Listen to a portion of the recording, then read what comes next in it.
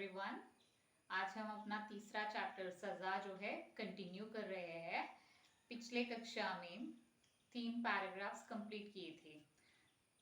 Now I am going to read from the 4th paragraph. Okay, after reading the paragraphs I tell you the difficult words meanings.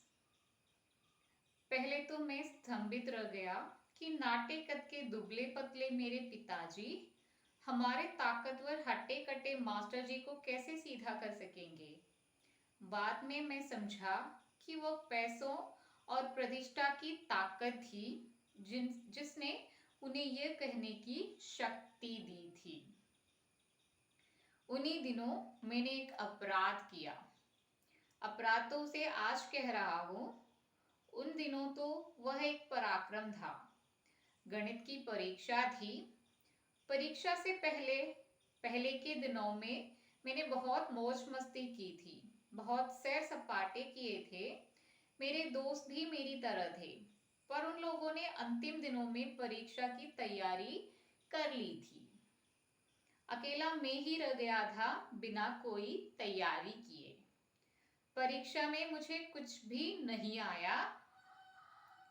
आधे घंटे तक कोशिश करने के बाद भी मुझसे पहला सवाल हल नहीं हुआ था। मैं अंदर ही अंदर कांपने लगा। फेल होना बहुत बड़ी बेइज्जती थी। मैंने एक चिट लिखकर पास वाले लड़के के पास घिसका दी। मुझे सवाल नहीं आता, अपनी नकल कर लेने दो। मास्टर जी की निगाह बचाकर उसने अपनी कॉपी इस तरह से रख दी कि मैं सब कुछ देख सकूं। मैं तेजी से नकल करने लगा। तभी अचानक मेरी गर्दन पर किसी का हाथ पड़ा। यह गणित वाले मास्टर जी का हाथ था। Okay, so up to this point we will study today, and now I will tell you the difficult words meaning. स्तंभित, शॉक्ड, नाटे, शॉर्ट, कद, हाइट, दुबले, थिन, पतले, स्लिम, ताकतवर, स्ट्रॉन्ग, हट्टे कट्टे, स्टाउट एंड एक्टिव, ताकत, स्ट्रेंथ, अपराध, मिस्टेक और क्राइम, पराक्रम, हीरोइज्म, मौज मस्ती, फन, सैर सपाटे, जर्नी, तैयारी, प्रिपरेशन, अकेला, एलोन, हल, सॉल्यूशन, बेइज्जती, dishonour, chit, in English also we will say chit, खिसकाना, to move slowly, निगाह, look, बचाना, to hide, तेजी, fast, नकल, कॉपी, अचानक, unexpectedly, गर्दन, neck. So these are the difficult words. Okay, so now we will see what is the meaning of that portion. पहले तो मैं स्तंभित रह गया कि नाटे कद के दुबले पतले मेरे पिताजी हमारे ताकतवर हट्टे कट्टे मास्टर जी को कैसे सीधा कर सकेंगे। सो यहाँ पर जो है ये लड़का, मतलब हमारा जो लेखक है, राइटर है, वो शॉक्ड हो जाते हैं। क्यों? क्योंकि उसके पिताजी ने कहा था कि अगर तुम्हारा कोई टीचर तुम्हें कोई ट्रबल देता है तो मैं उन्हें ठीक कर दूंगा। So by hearing that one he was shocked because उनका पिता का जो रूप था वो कैसा था? नाटे कद के दुबले पतले, मीन्स हाइट के वे छोटे थे। नाटे कद के थे मीन्स शॉर्ट था, एंड दुबले पतले, and also he was very slim, he was thin. Okay, and but his maths teacher was ताकतवर और हट्टे कट्टे. Maths teacher was very strong and he is hatte katte also. Hatte katte means stout and active. So how it is possible for his father? उसका पिता कैसे इस strong ताकतवर master जी को ठीक करेंगे, यह सोचकर वह लड़का शॉक्ड हो जाते हैं. बाद में मैं समझा कि वो पैसों और प्रतिष्ठा की ताकत थी जिसने उन्हें यह कहने की शक्ति थी. So after that, he realized that what is the reason why his father says so. What was the reason? Because पैसों और प्रतिष्ठा की ताकत, उनके पिता के पास बहुत सारे पैसा था और प्रतिष्ठा, डिग्निटी भी थी। उन्होंने पहले ही हमने पढ़ा था कि उन्होंने स्कूल के जो बिल्डिंग कंस्ट्रक्शन है उसके लिए एक ह्यूज अमाउंट डोनेट किया था और स्कूल के मैनेजमेंट कमिटी में भी वे एक मेंबर थे। ऐसे में उन्हें स्कूल में एक बहुत बड़ा स्थान था, एक डिग्निटी मिलता था, हॉनर था। So that's why he is saying like this. उन्हीं दिनों मैंने एक अपराध किया। सो उन दिनों में मतलब जब वे छोटे थे उस समय उन्होंने एक अपराध किया। ही कमिटेड वन क्राइम और मिस्टेक। अपराध तो उसे आज कह रहा हूं, उन दिनों तो वह एक पराक्रम था। So now he is telling that that was a crime. अभी उन्हें पता चलता है कि वो एक क्राइम था, वो एक मिस्टेक था, लेकिन उस समय उसके लिए वो सब जो है एक पराक्रम था, एक हीरोइज्म था।